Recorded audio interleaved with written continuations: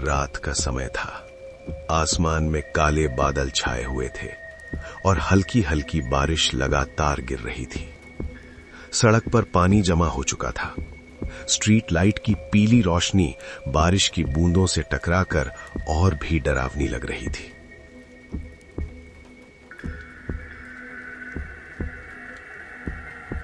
उसी बारिश के बीच एक लड़का अपना बैग उठाए तेज कदमों से चलता हुआ एक पुराने से मकान के सामने रुका। मकान बहुत बड़ा नहीं था, लेकिन बहुत पुराना जरूर था। दीवारों पर सीलन, खिड़कियों पर जंग लगे लोहे के ग्रिल और छत से टपकता पानी। मकान के बाहर लगा बोर्ड बारिश में भीगते हुए साफ पढ़ा जा सकता था, किराए पर कमरा खाली है। उस लड़के का नाम था अमन। अमन ने एक पल के लिए ऊपर की ओर देखा। बारिश की बूंदें उसके चेहरे से फिसलती हुई नीचे जमीन पर गिर रही थीं।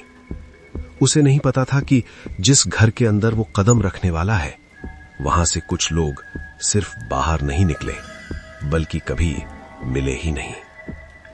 दरवाजा खोलते ही पुरानी लकड़ी की चरमराने की आवाज आई। घर के अंदर अजीब सी ठंडक थी।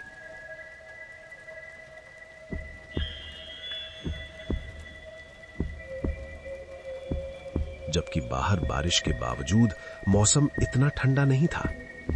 उसी वक्त सीढ़ियों से नीचे उतरते हुए एक अधेड़ उम्र का आदमी दिखा। कमरा देखना है। शर्मा जी की आवाज में कोई गर्मजोशी नहीं थी, ना ही बेरुखी, बस एक अजीब सी उदासी।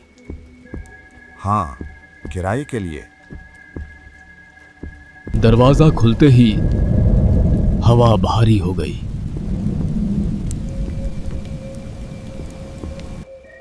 शर्मा जी ने बिना कुछ पूछे चाबी आगे बढ़ा दी, जैसे वो पहले से जानते हो कि अमन क्या जवाब देने वाला है।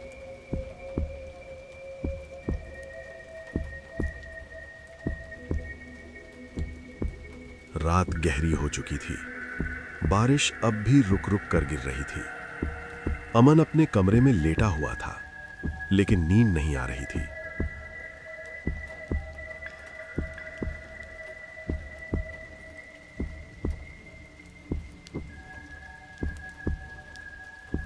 तभी बगल वाले कमरे से किसी के चलने की हल्की आवाज आई। कौन है? फिर धीरे से दरवाजे पर दस्तक हुई। मैं मीरा हूँ, बगल वाले कमरे में रहती हूँ। मीरा दिखने में बिल्कुल आम लड़की थी, लेकिन उसकी आंखों के नीचे गहरे काले घेरे थे। उसकी मुस्कान में कुछ अधूरा सा था। दिन बीतते गए, लेकिन हर रात अमन को वही आवाजें सुनाई देती। दीवारों के पीछे से रोना, फर्श पर किसी के घिसटने की आवाज। आखिरकार पड़ोसन ने सच बता दिया। बेटा, मीरा इस घर की आखिरी किराएदार थी। उसके बाद जो भी आया वो गया ही नहीं। उस रात मीरा अमन के सामने खड़ी थी। उसका चेहरा अब वैसा नहीं था। और तभी सच सामने आया। मीरा मरी नहीं थी, उसे मारा गया था। मुझे बस इंसाफ चाहिए। अमन ने वादा किया और पहली बार उसने डर महसूस नहीं किया, बल्कि उसकी आंखों में हिम्मत थी। कहते हैं कुछ आत्माएं डराने नहीं आती, वे न्याय मांगने आती हैं। और यही कहानी अभी खत्म नहीं हुई। अगली रात घर का हर कोना जैसे सांस लेने लगा और अमन का दिल तेजी से धड़क रहा था। मीरा अब केवल एक छाया नहीं रही, उसकी पूरी आत्मा प्रकट होने लगी थी। अमन, अब तुम्हें सब कुछ पता चल जाएगा। और उसी क्षण अमन ने देखा कमरे की दीवारों पर पुराने निशान। ये सब क्या हुआ था यहाँ? मीरा ने धीरे से अपनी कहानी बतानी शुरू की। कैसे उसे मारा गया और सच छुपाया गया। शर्मा जी ने मुझे मेरी जिंदगी छीन ली। अमन को समझ आ गया, अगर सच सामने नहीं आता तो ये घर हमेशा खौफ बनकर रहेगा। मैं तुम्हारा सच सामने लाऊंगा, वादा है।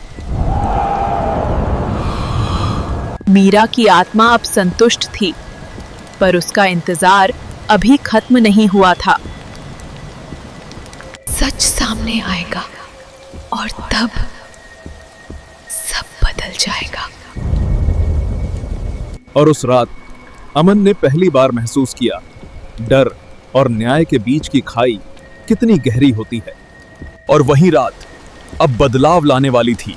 सच सामने आ रहा था और न्याय की हवा पूरे घर में फैल रही थी। शर्मा जी, अब तुम सच बताओ। मैंने सब छुपा लिया, मीरा को मार दिया। और उसी पल मीरा की पूरी आत्मा प्रकट हुई। उसकी आंखों में न्याय की आग जल रही थी। अब मैं शांत हो सकती हूँ, लेकिन सच सामने आना चाहिए। अमन ने वादा किया कि वो मीरा की हत्या का सच सबके सामने लाएगा। तुम चैन की नींद सो सकती हो, मैं तुम्हारे लिए सच लाऊंगा। और तभी मीरा की आत्मा धीरे धीरे गायब हो गई। घर अब शांत लग रहा था। मैं अब सही करूंगा, सबको सच बताऊंगा। अगली सुबह अमन शहर छोड़ चुका था। शर्मा निवास आज भी खड़ा है, बारिश में भीगता हुआ। और आज भी उसके बाहर वही बोर्ड टंगा है, किराए पर कमरा खाली है। ये बात बहुत ज्यादा पुरानी नहीं है, आज से करीब 2 साल पहले की है। मध्य प्रदेश के एक छोटे से जिले में एक कस्बा है, नाम जाना जरूरी नहीं। उस कस्बे से लगभग 7 किलोमीटर दूर एक कच्चा रास्ता है। चारों तरफ खेत, बीच में टूटी फूटी सड़क और दोनों ओर घने पेड़। दिन में लोग निकल जाते हैं, लेकिन सूरज ढलने के बाद कोई उस रास्ते से जाने की हिम्मत नहीं करता। गांव के बूढ़े कहते हैं कि रास्ता बुरा नहीं है, उस रास्ते पर चलने वाली चीज बुरी है। उस कस्बे में एक लड़का रहता था, अमन। उम्र करीब 24 साल, शांत स्वभाव, ज्यादा बोलता नहीं। अमन शहर में नौकरी करता था और रोज देर रात उसी रास्ते से घर लौटता था। लोगों ने उसे कई बार समझाया कि अमन, रात को उस रास्ते से मत जाया कर। वो बस हंस देता था, अरे काका, ये सब अफवाह है। उस रात भी अमन की ड्यूटी देर से छूटी। घड़ी में 12:20 हो चुके थे। अमन बाइक पर बैठा और उसी कच्चे रास्ते की तरफ मुड़ गया। रात ठंडी थी, हवा बिल्कुल नहीं चल रही थी, सिर्फ बाइक की आवाज और हेडलाइट की रोशनी। जैसे ही वो पेड़ों वाले हिस्से में पहुंचा, मोबाइल का नेटवर्क गायब हो गया।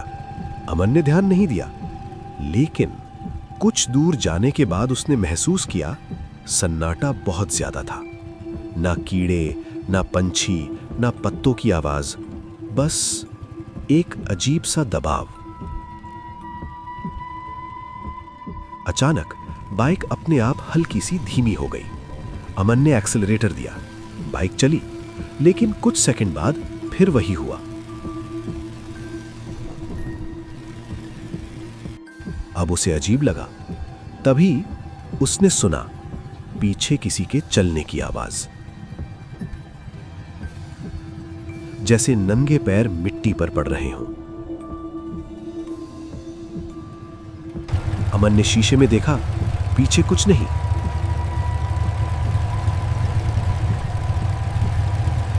उसने खुद से कहा, थक गया हूं शायद। कुछ मीटर आगे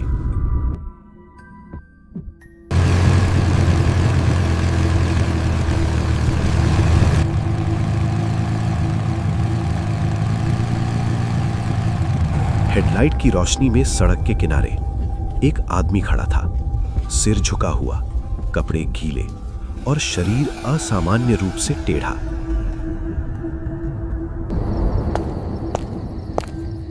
अमन ने हॉर्न दिया, कोई हरकत नहीं। जैसे ही अमन पास पहुंचा, वो आदमी धीरे से सिर उठाता है और उसी पल बाइक की लाइट झपकती है।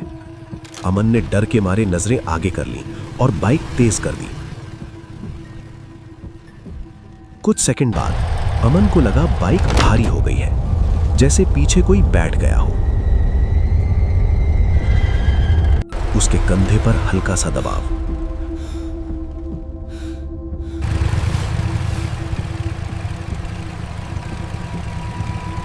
कानों के पास ठंडी सांस और फिर बहुत धीमी आवाज, धीरे चला, गिर जाएगा। यह आवाज इंसान जैसी नहीं थी। आवाज में कोई भावना नहीं थी। अमन अब रो रहा था, लेकिन उसने पीछे देखने की हिम्मत नहीं की। उसे याद था, जो पीछे देख ले वो रास्ता भूल जाता है। तभी उस चीज ने धीरे से कहा, तू रोज आता है, आज रुक जा। अमन ने आंखें बंद कर लीं और भगवान का नाम लेने लगा। अचानक बाइक तेज हो गई, जैसे किसी ने पीछे से जोर से धक्का दिया हो।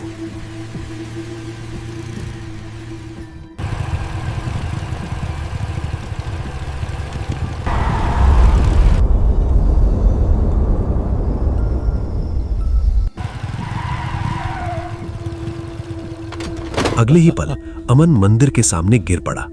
लोग बाहर आए। अमन बेहोश था। सुबह जब अमन को होश आया, लोगों ने उसकी बाइक देखी तो सीट पर कीचड़ में बने 2 हाथों के निशान थे, लेकिन अमन की पीठ पर नील के निशान भी थे। डॉक्टर बोले किसी ने बहुत जोर से पकड़ा था। अमन ने उसके बाद वो रास्ता कभी इस्तेमाल नहीं किया, और आज भी अगर कोई उस रास्ते से रात में गुजरता है तो लोग कहते हैं कि अगर बाइक भारी लगे तो समझ जाना वो बैठ चुका है, और अगर पीछे देख लिया तो कहानी बदल जाएगी। ये कहानी सुनकर अगर आज रात तुम्हें लगे कि कोई तुम्हारे पीछे है तो पीछे मत देखना। कहानी शुरू करने से पहले दिल से एक छोटी सी बात कहना चाहता हूं। अगर आपको सच्ची घटनाओं पर आधारित रियलिस्टिक हॉरर स्टोरीज पसंद है, जो बिना ज्यादा ड्रामा के सीधे दिल और दिमाग में डर बैठा दें, तो अपने इस छोटे से channel wings of hope YT को थोड़ा सा सपोर्ट जरूर दीजिएगा। हम दिन रात मेहनत करके आपके लिए ऐसी कहानियां लाते हैं जो आम हॉरर वीडियोस से अलग हो। बस आप सबका प्यार चाहिए ताकि हम जल्द से जल्द 1000 सब्सक्राइबर्स पूरे कर सकें। अगर आपको हमारी स्टोरी थोड़ी सी भी पसंद आए तो लाइक करें, शेयर करें और चैनल को सब्सक्राइब जरूर करें। आपका एक क्लिक हमें और डरावनी कहानियां लाने की हिम्मत देता है। अब बिना वक्त बर्बाद किए चलते हैं आज की खौफनाक कहानी की तरफ। ये बात है 2016 की। मध्य प्रदेश का एक छोटा सा गांव बैरागढ़। शांत गांव, कच्ची सड़कें और रात होते ही ऐसा सन्नाटा कि अपनी सांसों की आवाज डराने लगती थी। उसी गांव में एक दिन एक नई लड़की आई, माया। लंबे काले बाल, सफेद सा चेहरा, आंखें ऐसी जैसे किसी को पूरी तरह पढ़ लेती हों। वो गांव के बाहर पुराने सरकारी क्वार्टर में रहने लगी। गांव वालों ने पूछा, कौन हो बेटी? वो बस मुस्कुरा कर कहती, मैं माया हूं, यही कुछ समय रहूंगी। ना कोई परिवार, ना कोई दोस्त, ना कोई पिछला पता। फिर भी लोगों को अजीब तरह से उससे अपनापन महसूस होने लगा। गांव में सबसे पहले अजीब बात नोटिस की एक लड़के ने, रवि। रवि रात में खेतों से लौट रहा था, करीब 12:30 बजे। तभी उसने देखा माया सड़क के बीच खड़ी थी।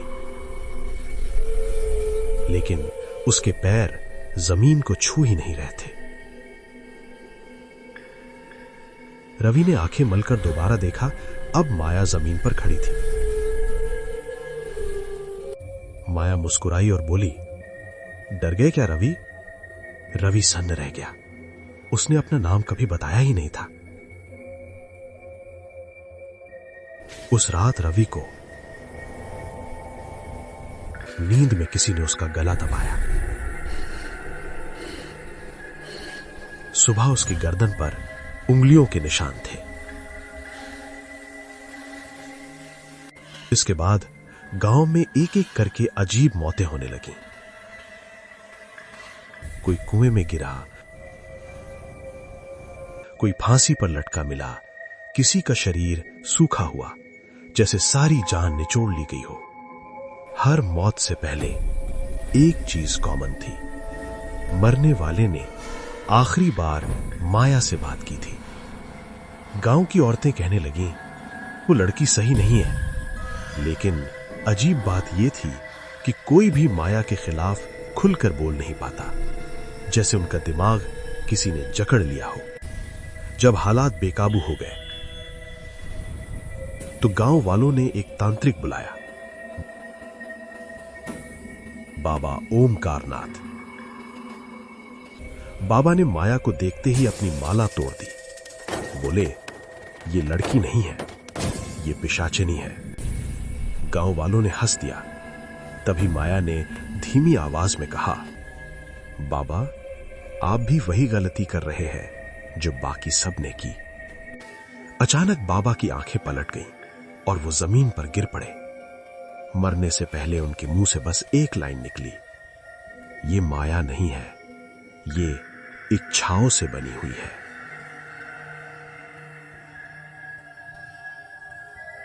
असल में माया कभी इंसान थी ही नहीं। कई साल पहले उसी क्वार्टर में एक लड़की रहती थी, माया नाम की। उसकी हत्या हुई और उसका शरीर उसी कमरे में जला दिया गया। मरते वक्त उसके सिर्फ एक इच्छा थी, जो मुझे देखे वो मुझे चाहने पर मजबूर हो जाए। उसकी वही इच्छा उसे पिशाचिनी बना गई। माया खून नहीं पीती थी, वो लोगों की कमजोरी, डर और चाहत खा जाती थी। एक रात पूरे गांव में आग लग गई। सुबह माया और क्वार्टर दोनों गायब थे। लेकिन कहानी यहीं खत्म नहीं होती, क्योंकि आज भी भारत के कई शहरों में लोग कहते हैं कि एक लड़की है जो रात में नाम लेकर बुलाती है। अगर वो आपको पसंद करने लगे तो समझ लेना वो माया है। और याद रखना दोस्तों, कुछ खूबसूरत चेहरे प्यार के लिए नहीं, शिकार के लिए होते हैं। नमस्ते दोस्तों, आज की कहानी मुझे भेजी गई है उत्तर प्रदेश के एक छोटे से कस्बे से। इस कहानी को भेजने वाले व्यक्ति ने मुझसे सिर्फ एक बात कही थी कि अगर आप ये कहानी सुना रहे हैं तो किसी को भी उस घर का पता मत बताना, क्योंकि वो आज भी वहां मौजूद है। इस कहानी के मुख्य व्यक्ति का नाम था अमित। साल 2021 में अमित अपनी नौकरी के कारण एक नए शहर में शिफ्ट हुआ।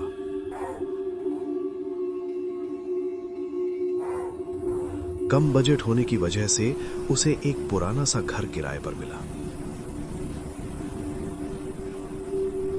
मकान मालिक ने बस इतना कहा कि ऊपर वाला कमरा बंद रखना, वहां कोई नहीं रहता। अमित ने बात को मजाक समझ लिया। पहली रात सब ठीक थी, दूसरी रात भी, लेकिन तीसरी रात कुछ ऐसा हुआ जिसने अमित की नींद हमेशा के लिए छीन ली।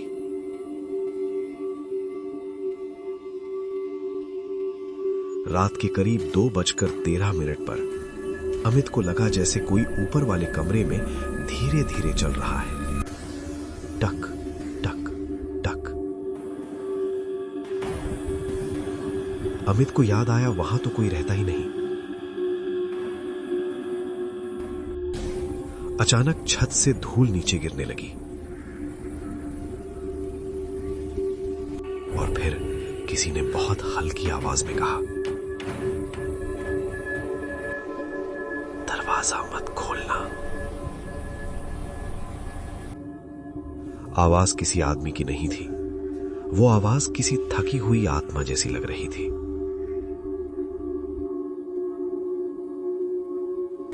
अगली सुबह अमित ऊपर गया। कमरा खाली था,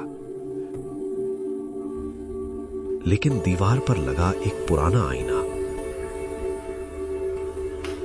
अंदर से गीला था, जैसे किसी ने अंदर से सांस ली हो। उसी दिन रात को अमित ने आईने में अपना नहीं, किसी और का चेहरा देखा। चेहरा मुस्कुरा रहा था, लेकिन आंखें रो रही थी और आईने पर उंगलियों से एक लाइन लिखी गई थी, अब ये कमरा मेरा नहीं, तुम्हारा है।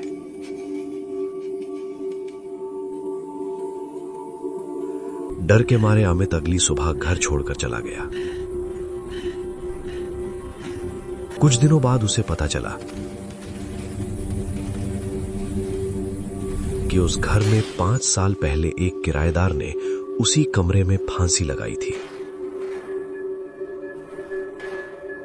मरने से पहले उसने दीवार पर लिखा था कि अगर कोई यहां रहा तो वो भी यहां से जिंदा नहीं जाएगा। दोस्तों, ये कहानी भेजने के बाद अमित ने मुझसे दोबारा कभी संपर्क नहीं किया, लेकिन जिस दिन ये कहानी मुझे मिली, उसी रात मेरे घर के आईने पर भाप जमी हुई थी और उस पर लिखा था, अब तुम जानते हो। तो दोस्तों, ये थी आज की कहानी। अगर आपको ऐसी रियल फील हॉरर कहानियां पसंद है तो चैनल को सब्सक्राइब करना मत भूलिए। हम फिर मिलेंगे एक और डरावनी कहानी के साथ। क्या आपने कभी सुना है कि कुछ ट्रेनें अपने टाइम से नहीं बल्कि किसी और दुनिया से चलती हैं?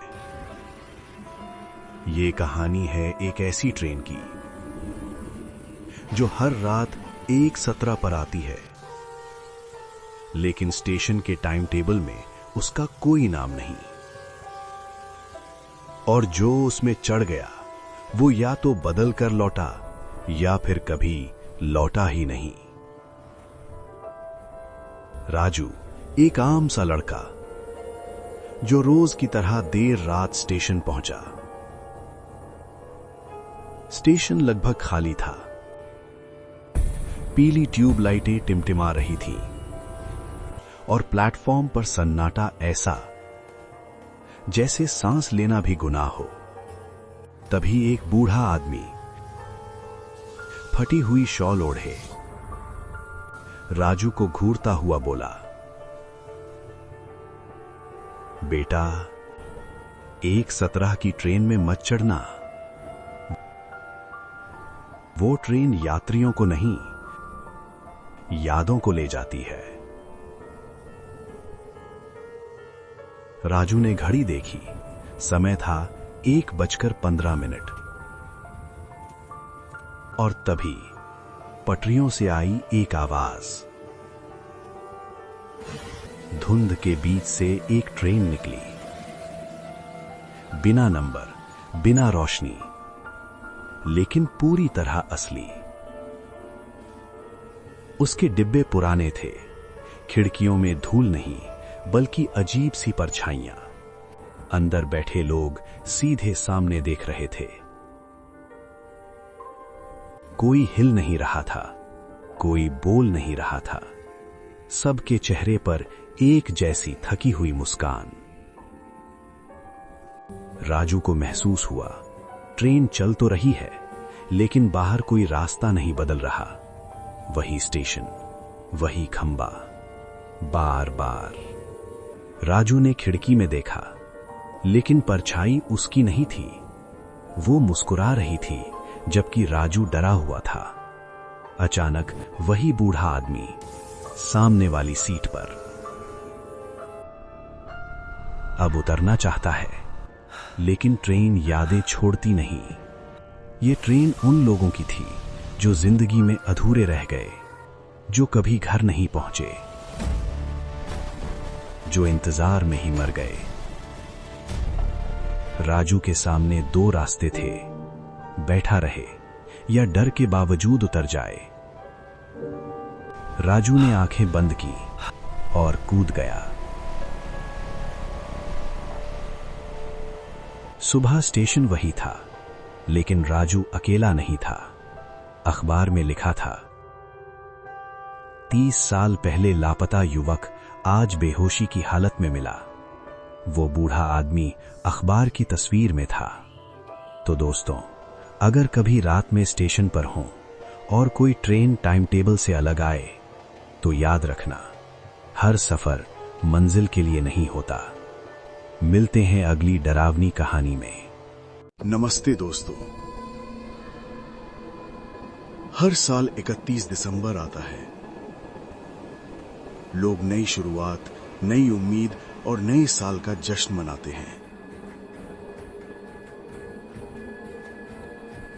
लेकिन क्या आपने कभी सोचा है कि अगर 31 दिसंबर की रात ही खत्म ना हो तो क्या होगा? आज की कहानी है एक ऐसी रात की जो सुबह बनकर कभी नहीं आई। रोहित और उसके 4 दोस्त 31 दिसंबर सेलिब्रेट करने के लिए शहर से दूर एक पुरानी सुनसान हवेली में आए थे। मोबाइल नेटवर्क नहीं, चारों तरफ जंगल और हवेली के गेट पर टूटा हुआ बोर्ड, यहां रहना मना है। पर दोस्तों को क्या, उन्हें सिर्फ पार्टी चाहिए थी। 12 बजे का इंतजार था। जैसे जैसे रात गहराने लगी, घड़ी की सुई 11:59 पर रुक गई। हवा अचानक ठंडी हो गई। घर के अंदर किसी के चलने की आवाज आई। एक दोस्त बोला, भाई किसी ने प्रैंक किया होगा। तभी एक कमरा अपने आप बंद हो गया और दीवार पर लिखा दिखा, 31 दिसंबर यहीं रुकती है। अचानक सीढ़ियों से एक औरत उतरी। साड़ी फटी हुई, आंखें लाल, माथे पर खून से बना टीका, चेहरा आधा अंधेरे में। उसने धीमी आवाज में कहा, तुम लोग नए हो, तुम्हें भी यहीं रुकना होगा। दोस्तों की सांस रुक गई। उस औरत ने बताया, 10 साल पहले 31 दिसंबर की रात इसी हवेली में पार्टी हुई थी। शराब, हंसी, शोर।